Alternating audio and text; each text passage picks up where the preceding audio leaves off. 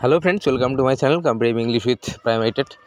তো বন্ধুরা, আজকে যে ভিডিও এটা কি বিষয় তোমরা কিন্তু স্ক্রিনে এমনকি থাম্বনেল থেকে তোমরা বুঝতে পেরে গেছো। তো হ্যাঁ, মামলাটা দেখো, কিছু বিএড ক্যান্ডিডেট তারা এই মামলাটা করেছে সুপ্রিম কোর্টে, এবং এই মামলায় পার্টি অর্থাৎ রেসপন্ডেন্ট হয়েছে কিন্তু এনসিটি। তো এখানে আরেকটা বিষয় যেটা রয়েছে সেটা হলো ডিএলএড ভার্সেস বিএড বা দেবেশ শর্মার যে মামলা, তো সেই মামলার প্রসঙ্গও কিন্তু এখানে তোলা হয়েছে।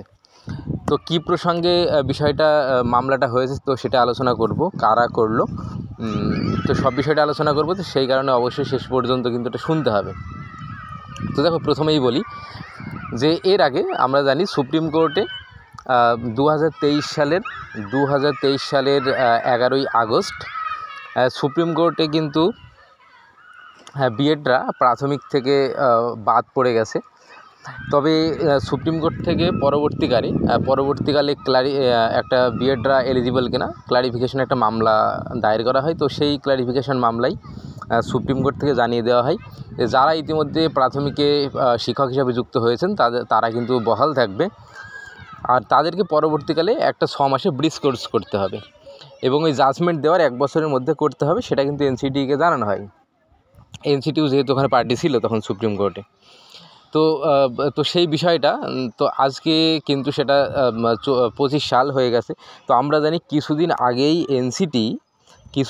এনসিটি কিন্তু একটা নোটিশ জারি করেছে, এবং সেই নোটিশে বিষয়টা বলেছে যে কীভাবে এই প্রাথমিকে যেসব বিএড শিক্ষক যারা রয়েছেন তাদেরকে কীভাবে 6 মাসে ব্রিজ কোর্স করানো হবে, তাদের কি মানে সিলেবাস কী হবে, টোটাল বিষয়ে কিন্তু জানিয়েছেন।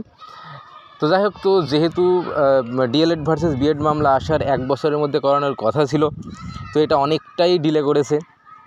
তো এই ডিলের জন্য হয়তো ইন সার্ভিস টিচার বিএড যারা রয়েছে তাদের উপর হয়তো আবার কোনো আঘাত আসতে পারে। তো এই আঘাত থেকে বাঁচার জন্যই মূলত বিএড ক্যান্ডিডেট, ইন সার্ভিস প্রাথমিকে বিএড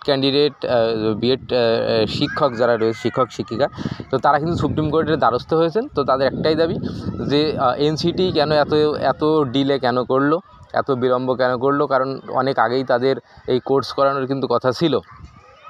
তো যাই হোক, তো যেহেতু এই ডিলেটা হয়েছে, এই বিষয়টাকে নিয়েই মূলত এই কেসটা রয়েছে।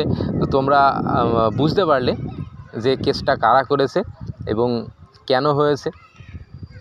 তো যাই হোক, তো আশা করা যায় এখান থেকে এবার খুব দ্রুত আমাদের ওয়েস্ট বেঙ্গল অবশ্যই এর জন্য দায়ী রয়েছে, কারণ ওয়েস্ট বেঙ্গলের যেসব টিচারগুলো রয়েছে তো তাদের অবশ্যই উচিত ছিল অনেক দ্রুত পদক্ষেপ করার। তো ওয়েস্ট বেঙ্গলও কিন্তু এই ব্যাপারে অনেক মানে বিলম্ব করেছে। তো এবার যেন অনেক দ্রুত কাজটা হয়, তো সেই বিষয়টাকে সামনে রেখেই এই কেসটা তারা করেছে। তো আশা করা যায় বিএড ইন সার্ভিস টিচার যারা রয়েছে খুব দ্রুত তারা এবার 6 মাসের ব্রিজ কোর্স সম্পন্ন করবে, এবং তাদের যে ক্রাইটেরিয়া সেই ক্রাইটেরিয়া ফুলফিল করবে। তাহলে তারা কিন্তু ভবিষ্যতে আর কোনো কেস, কোনো মামলার কিন্তু সম্মুখীন হবে না। তো যেহেতু এই মানে বিএড শিক্ষকদেরকে 6 মাসের মধ্যে কোর্স করতে হবে, এটা যেহেতু ডিএলএড ভার্সেস বিএড মামলায় রায় দেওয়া হয়েছিল, সেই কারণে এই মামলাটাকেও কিন্তু এদিন তোলা হয়েছিল। তো 31শে জানুয়ারি মামলাটার প্রথম শুনানি হয়, এবং এরপরে মার্চ মাসের 21 তারিখে কিন্তু এই মামলাটার আরও একটা শুনানি রয়েছে। তো দেখা যাক সেই দিন আরও কী ঘটনা ঘটে, এবং রেসপন্ডেন্ট এনসিটির যে উকিল, তো তাকেও কিন্তু মানে কপি সার্ভ করার কথাও বলা হয়েছে। তো যাই হোক, তো শেষ মাসে আমরা দেখব 21 তারিখে কী হয়। অবশ্যই আমাদের চ্যানেলের সঙ্গে যুক্ত থাকবে বিভিন্ন বিষয় জানার জন্য। ধন্যবাদ।